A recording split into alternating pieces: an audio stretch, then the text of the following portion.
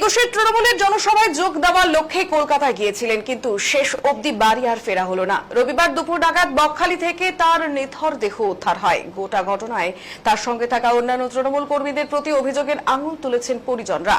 অন্যদিকে মৃত বাবার নিথর দেহ বাড়ি ফিরিয়ে আনতে কলকাতার উদ্দেশ্যে রওনা হয়েছেন মৃত তৃণমূল কর্মী রঞ্জিত মণ্ডলের ছোট ছেলে শুভম মণ্ডল।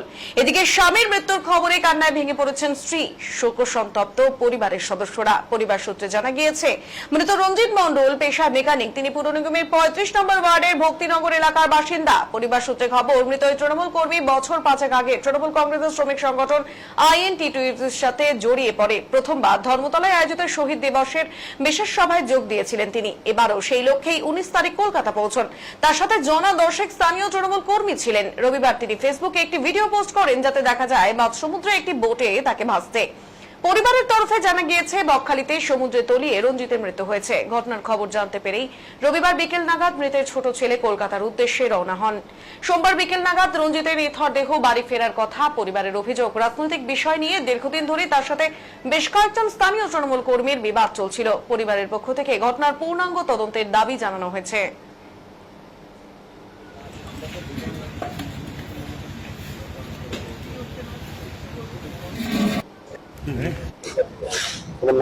শুভম মন্ডল বাবা হয়। এই 21শে জুলাই পার্টির মিটিং, ওখানে গেছে। 19 তারিখে রাতে ট্রেনে বেরোচ্ছিল। 19 তারিখে গেল, আর আমাদের সাথে কালকে লাস্ট কথা হয়েছিল, ঠিক আছে। এবার হচ্ছে আজকে নাকি শুনি পাশের বাড়ির দাদা হট করে এসে বলছে যে তোর বাবার নাকি অ্যাক্সিডেন্ট হয়েছে, ওখান থেকে কে ফোন করছে। এবার খবর যখন নিতে যাচ্ছি, যাদের সাথে গেছে তাদের নাম্বার খুব কষ্ট করে সিন্ডিকেটকে খুঁজে বের করলাম। নাম্বারে যখন বললো বাবার কি হয়েছে, তোর বাবার তো এরকম জলে ডুবে গেছে। ডুবে গেছে মানে কি হয়েছে, সঠিক খবরটা বলো। আমরা দেখছি তোমরা একসাথে ছিল, তোমরা জানো না। আমরা তো রুমে, বাবা কি একা একা তার সমুদ্রে স্নান করতে যাবে না? একা একা কেউ যায় না। এখন ওরা তো নিজেদের বের করতে যাচ্ছে। সে একটা মানুষের কিছু ক্ষতি হয়ে যাচ্ছে, ওটা ভালো না, ওরা নিজেরা বের হয়ে যাবে। ওরা নিজেরা তার লাস্টে আমরা ধমক দিয়ে বলতেছি যে আপনারা বলুন কি হয়েছে আমাদেরকে। চিল্লাই বললাম, বলে তোর বাবা আর নাই। আর কি বলবো, এই কথাটাই আমি শুনলাম। অস্বাভাবিক মৃত্যু মনে হচ্ছে একদম। কারণ ওই মানুষটা জলে, সমুদ্রে তো হাজারো লোক স্নান করে, বাচ্চারা। কারণ সমুদ্রে রেস্কিউ করার লোক থাকে, একটা মানুষ সহজে ডুবে না। ওটা ম্যাটার না, ম্যাটার হচ্ছে তোমার ওদের সাথে যে ছিল না, ওরা ক্লিয়ার কিছু বলতেছে না।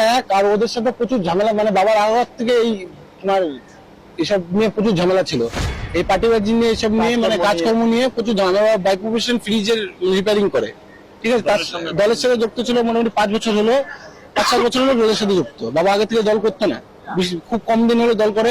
তো হওয়ার পর বাবা তোমার আইসি গেটের যে ভিতরে যে তোমার কাজকর্ম হয়, তোমার ধরো লেবার ইউনিয়ন, এইসব ব্যাপারে বাবা যুক্ত ছিল। তো এনারা খুব প্রবলেম করতো। এই যারা ছিল, যারা ওইসব লাইনে বাবার তো কেউ সেক্রেটারি ছিল, কেউ এরা বাবাকে খুব প্রবলেম করতো। আমরা সবসময় বলতাম বাবাকে, তুমি এইসব লোকের থেকে অ্যাভয়েড করো, যতটা দূরে থাকবে আমরা ওখানে যাইতাম। আমরা ওইসব আইসি এলাকাটা আমরা খুব কম যাই, ঠিক আছে। আমরা ইচ্ছাতেই থাকি। ঝগড়া জাতি হলো, এর আগে মাঝখানে একদিন শুনলাম মাথা বেটে পড়ে আছে। সেদিন আমি নিলাম, সেদিনও বাবা বলতে পারবে হট করে নাকি পড়ে গেছে। হ্যাঁ, কিছু হয়েছে। বাবা খুলে কিছু বলেন আমাদেরকে, জানে মানে পুরনো শত্রুতার জেরে আমাদের মনে হচ্ছে এটা হচ্ছে। কেন বাবা সমুদ্রে যায় না। আমরা অনেকবার বাড়ি থেকে বলছি চলো সমুদ্রে হয়েছে, বলে বাবা জল ভয় পায়, বুঝেছো। এটা আমি ফের করবো। যাদের নামে ছিল তাদের নামে একজনের নাম মিন্টু দিয়ে, আরেকজনের নাম রতন রায়। তো আমরা কোনদিন চিনি না, দেখিও নাই, কিন্তু নাম শুনেছি এর আগে বাবার কাছে, ঠিক আছে। তো আমরা এবার যাবো ওনাদের নামে। আমরা কেন বাবা ওনার সাথে গেছিল, ওনারা কেন আমাদের পুরো কথা বলতেছে না, কে ছিল না ছিল আমরা কিচ্ছু জানি না।